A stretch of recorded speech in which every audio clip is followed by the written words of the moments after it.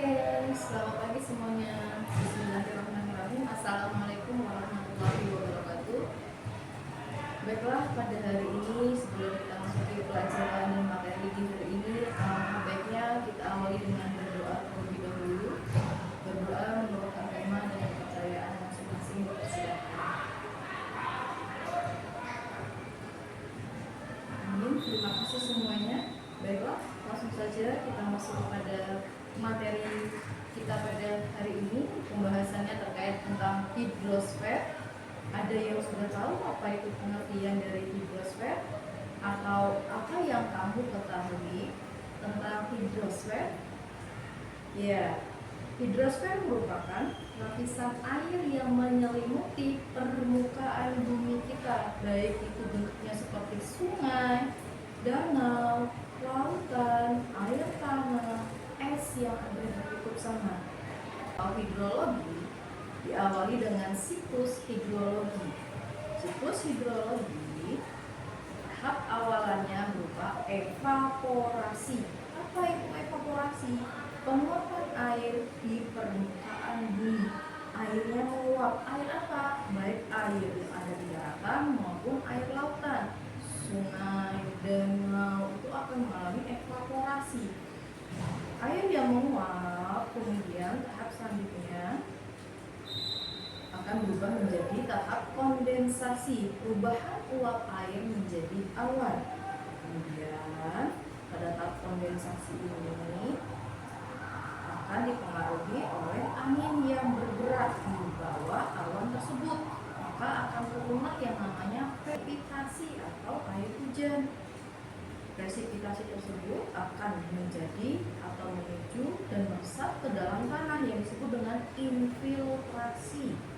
Infiltrasi air masuk ke dalam tanah. Dan tahap terakhir adalah runoff. Ini merupakan siklus hidrologi yang berputar dan terus menerus.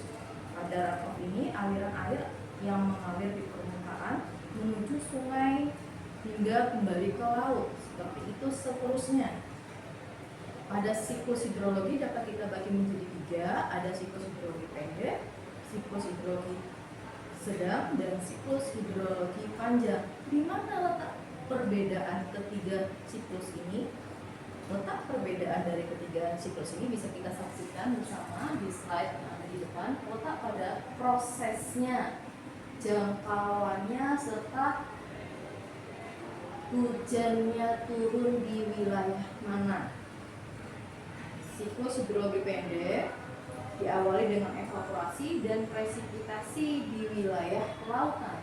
Kemudian sedangkan di siklus hidrologi sedang diawali dengan evaporasi dan presipitasinya tidak hanya di lingkungan lautan tetapi juga mencapai wilayah daratan. Sedangkan yang siklus hidrologi panjang, jarak tempuh atau wilayah yang terkena hujan lebih kompleks dan lebih jauh lagi hingga ke pegunungan atau perbukitan. Seperti itu seterusnya. Itu merupakan siklus hidrologi. Selanjutnya pada perairan laut, teman-teman sudah pernah melihat laut bukan? Sudah pernah bermain di pantai? Nah, itu merupakan salah satu contoh dari hidrologi perairan laut. Laut merupakan kumpulan air asin dalam jumlah yang banyak dan luas yang memisahkan daratan dengan benua. Memisahkan daratan ataupun benua. Klasifikasi laut dapat dibedakan menjadi 3. Yang pertama adalah laut berdasarkan proses terjadinya, yang kedua laut berdasarkan letaknya, dan yang ketiga yaitu laut berdasarkan kedalamannya. Setelah kita mengklasifikasikan laut, maka kita perlu mengetahui yang namanya batas laut. Batas laut dimulai dari batas teritorial, kemudian batas landas kontinen, serta zona ekonomi eksklusif. Batas laut yang ditarik dari sebuah garis dasar dengan jarak 12 mil itu ke arah laut pantai lepas disebut dengan batas teritorial. Sedangkan batas landasan kontinen, batas perpanjangan dari benua yang terendam oleh air laut. Yang terakhir yaitu zona ekonomi eksklusif. Wilayah laut sejauh 200 mil yang diukur dari garis pangkal pantai pulau terluar ke arah laut bebas. Ini merupakan batasan-batasan pada daerah atau wilayah laut. Kemudian kita perhatikan bersama di sini dapat kita lihat bahwa zona laut berdasarkan kedalamannya ada zona litoral, zona neritik, zona basial, dan zona abisal. Pada zona litoral dimulai dari 0 meter, kemudian dari 0 hingga 200 meter tergolong pada zona neritik. Dari zona neritik hingga kedalaman 1.800 meter ini disebut dengan zona basial, sedangkan lebih dari 1.800 meter disebut dengan zona abisal.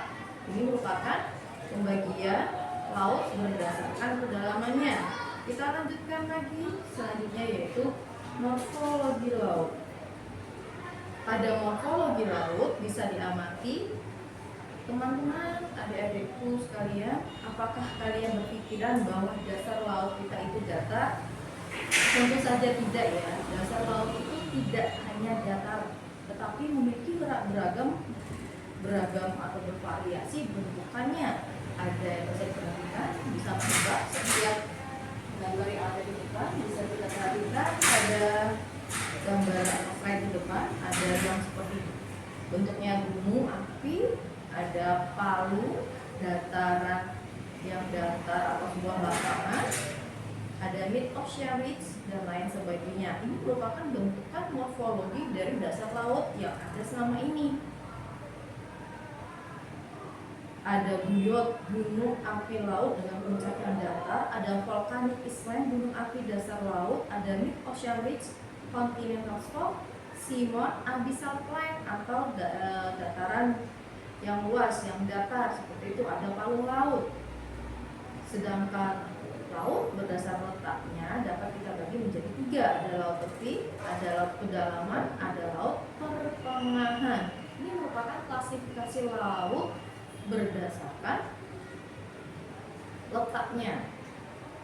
Sampai di sini ada pertanyaan mungkin, silahkan. Oke, baik. Jika tidak ada, kita lanjutkan lagi. Kita lanjut kepada materi subbab perairan darat di Indonesia.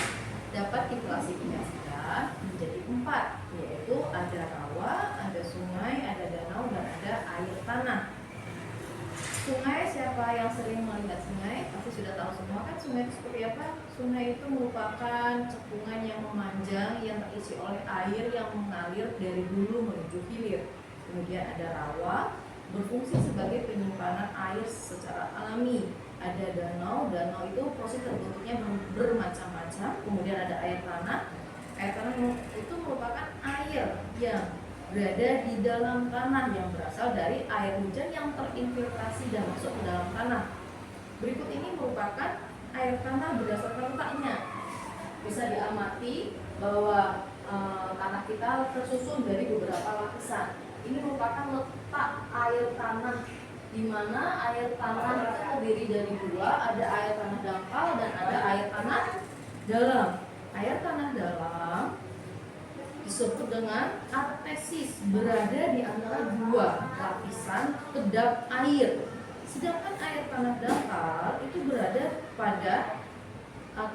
di antara lapisan kedap air bagian bawah atau impermeable, dan bagian atasnya adalah lapisan yang tidak kedap air atau permeable. Jadi perlu diketahui semua bahwa sumur yang ada di rumah kita itu berasal dari air tanah yang dangkal atau freatik. Sedangkan untuk kebutuhan industri yang besar, untuk pengelolaan perhotelan itu tidak menggunakan air tanah dangkal, tapi menggunakan air tanah yang dalam. Oke, sekarang kita masuk kepada pembagian kelompok. Nanti setiap kelompok terdiri dari 4 orang. Kita akan membahas terkait dengan permasalahan hidrosfer yang ada di Indonesia atau yang sering terjadi. Apa saja? Ada krisis air bersih di beberapa wilayah, pencemaran air akibat limbah industri, abrasi pantai, eksploitasi air tanah yang berlebihan, banjir, serta kekeringan. Jadi satu kelas ini akan kita menjadi 5 kelompok besar yang akan membahas setiap permasalahan ini. Oke, Oke, silahkan dibentuk kelompok terlebih dahulu. Ya, setelah dibentuk kelompok, maka silahkan kalian berdiskusi terkait permasalahan hidrosfer yang sudah kita tentukan temanya ini. Silahkan kalian diskusi kelompok, nanti hasil diskusi kelompok akan dipresentasikan di